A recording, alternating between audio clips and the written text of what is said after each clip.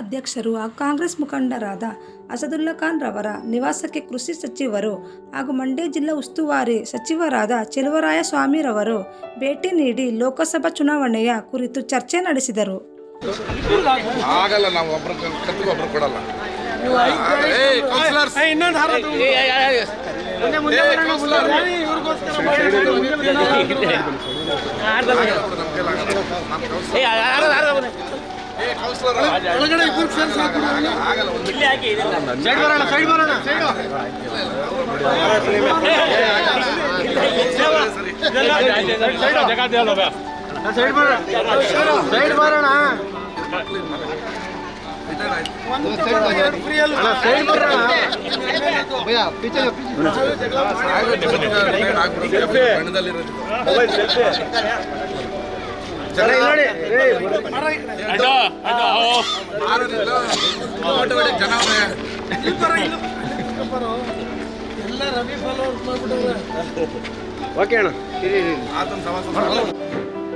ಶ್ರೀರಾಮನವಮಿ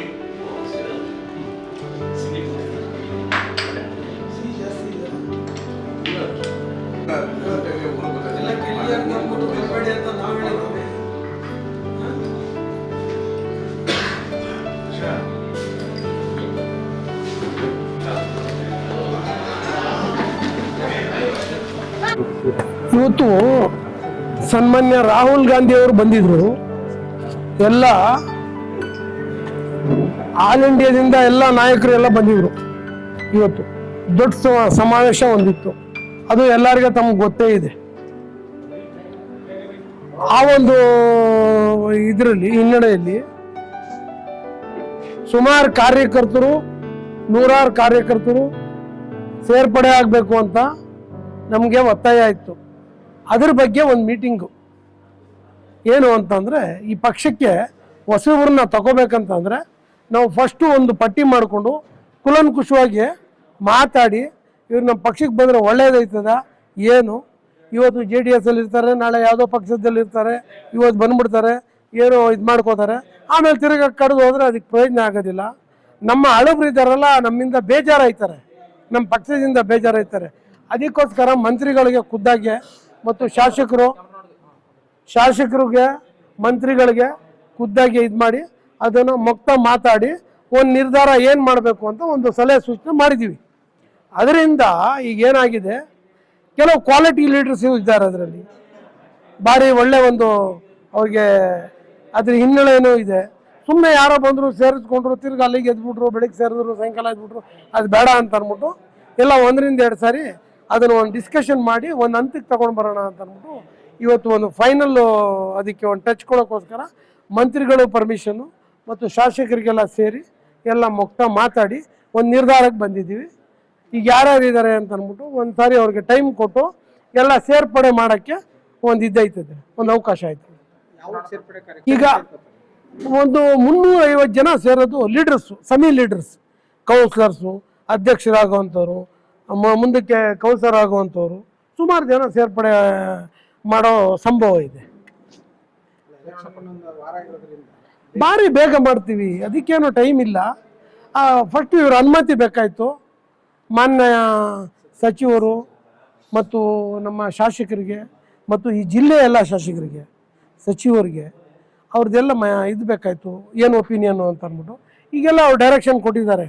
ಮಾಡಿ ನೀವು ಕರೆದು ಇದು ಮಾಡಿದಾಗ ಇಮಿಡಿಯೇಟಾಗಿ ಆ ಸೇರ್ಪಡೆ ಕಾರ್ಯಕ್ರಮಕ್ಕೆ ಚಾಲನೆ ಕೊಡೋಣ ಅಂತ.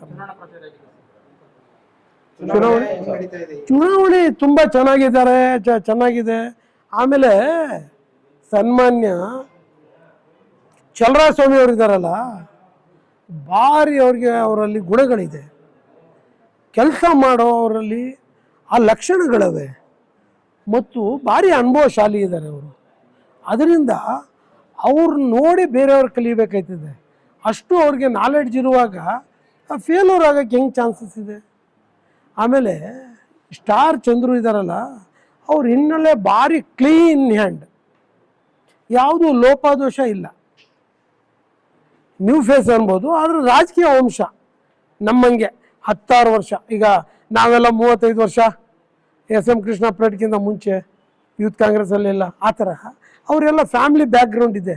ಅವೆಲ್ಲ ನೋಡೇ ಅವ್ರಿಗೆ ಗುರ್ಸಿ ಪಕ್ಷ ಇವತ್ತು ಟಿಕೆಟ್ ಕೊಟ್ಟಿರೋದು. ಹಾಗಾಗಿ ಕೆಲಸ ಮಾಡ್ತಾರೆ, ಅವ್ರಿಗೇನು ದುಡ್ಡಿನ ಅವಶ್ಯಕತೆ ಇಲ್ಲ, ಕ್ಲೀನ್ ಹ್ಯಾಂಡು, ಭಾರಿ ಒಳ್ಳೆ ಅವ್ರ ಕ್ವಾಲಿಟಿ ಇದೆ. ಅದು ನೋಡ್ಬಿಟ್ಟೆ ಸನ್ಮಾನ್ಯ ಮುಖ್ಯಮಂತ್ರಿಗಳು, ಉಪಮುಖ್ಯಮಂತ್ರಿಗಳು, ಚಲರಾಯಸ್ವಾಮಿ ಆಗಿರ್ಬೋದು, ಈ ಕರ್ನಾಟಕದ ಲೀಡ್ರ್ ಎಲ್ಲ ಅವ್ರಿಗೆ ಈ ಕರ್ನಾಟಕ ಲೀಡ್ರ್ ಎಲ್ಲ ಒಪ್ಕೊಂಡಿದ್ದಾರೆ. ಹಂಗಾಗಿ ಒಳ್ಳೆ ಬಹುಮತದಲ್ಲಿ ಒಳ್ಳೆ ಲೀಡರ್ ಗೆಲ್ತಾರೆ, ಅದರಲ್ಲಿ ಎರಡನೇ ಮಾತಿಲ್ಲ. ಈ ಎಲ್ಲ ಹಳಬುರ್ದು ಎಲ್ಲ ಕತೆಗಳು ನೋಡಿದಿರಲ್ಲ, ಇವೆಲ್ಲ ನೋಡಿ ನೋಡಿ ಜನ ಬೇಜಾರಾಗದೆ. ಅದರಿಂದ ಈ ಹೊಸ ಮುಖ ಇದ್ರೂ ಇವ್ರು ಹಿಂದ್ಗಡೆ ಇವರೆಲ್ಲ ಇದ್ದಾರಲ್ಲ, ಕೆಲಸ ಮಾಡ್ತಾರೆ, ಒಂದು ದಿಕ್ಸೂಚಿ ಸಿಗ್ತದೆ ಪಕ್ಷಕ್ಕೆ, ಒಳ್ಳೆ ಹೆಸರು ಬರ್ತದೆ. ಏನಾಗಿದೆ, ಸ್ವಲ್ಪ ಹಳ್ಳಿಗಳಲ್ಲಿ ನಾವು ಸ್ವಲ್ಪ ಗಮನ ಜಾಸ್ತಿ ಕೊಟ್ಟು ಮಾಡಬೇಕು. ಮುಸ್ಲಿಮ್ಸ್ ಓಟ್ ಇದೆಯಲ್ಲ, ಅಲ್ಪಸಂಖ್ಯಾತರ ಓಟು, ಅದು ಅದ್ರ ಬಗ್ಗೆ ಏನು ಶಂಕೆ ಇಲ್ಲ, ತುಂಬ ಚೆನ್ನಾಗಿದೆ. ಇನ್ನೊಂದು ಸಾರಿ ಅವ್ರಿಗೆ ಟಚ್ ಕೊಟ್ಟಾಗ ಅವು ಕರೆಕ್ಟಾಗಿ ಇದು ಮಾಡ್ತಾರೆ. ಈಗ ಆವಾಗಲೇ ನಾವೆಲ್ಲ ಒಂದು ಸಾರಿ ಸಮೀಕ್ಷೆ ನೋಡಿದ್ದೀವಿ, ಎಲ್ಲ ಅಬ್ಸರ್ವ್ ಮಾಡಿದ್ದೀವಿ, ಚೆನ್ನಾಗಿ ಒಪಿನಿಯನ್ ಇದೆ. ಸಿಟಿಗಳಲ್ಲಿ ಮಾತ್ರ ಸ್ವಲ್ಪ ಹಳ್ಳಿಗಳಲ್ಲಿ ಅವರು ಒಲಿಸಿ ಮಾತಾಡಿ ಅವ್ರ ವಿಶ್ವಾಸಕ್ಕೆ ತಗೊಂಡು ನಾವು ಒಂದು ಕೆಲಸ ಮಾಡಬೇಕು. ಇವೆಲ್ಲ ಕೆಲಸ ಮಾಡಿದಾಗ ಅಭ್ಯರ್ಥಿಗೆ ಬಲ ತುಂಬ್ದಂಗೆ ಆಯ್ತದೆ, ಒಂದು ಒಳ್ಳೆ ರಿಸಲ್ಟ್ ಬರ್ತದೆ, ಹೆಚ್ಚಿನ ಇದರಲ್ಲಿ ನಾವು ಗೆಲ್ಲೋ ಚಾನ್ಸಸ್ ಇದೆ. ಹಂಗಾಗಿ ಈಗ ನಾನು ಹೇಳೋದೇನೆ ಅಂತಂದರೆ, ಇನ್ನು ಕೆಲವು ದಿವಸ ಇದೆಯಲ್ಲ, ಯಾರು ಹೊಸಬ್ರು ಬರ್ತಾರೆ, ಪ್ರಚಾರಕ್ಕೆ ಬರ್ತಾರಲ್ಲ, ಬಂದಮೇಲೆ ಇವತ್ತು ಬಂದರು ಅಂತ ಅಂದ್ಬಿಟ್ಟು ನಾವು ಇದು ಮಾಡಬೇಕು. ಇಲ್ಲ ಅಂತಂದ್ರೆ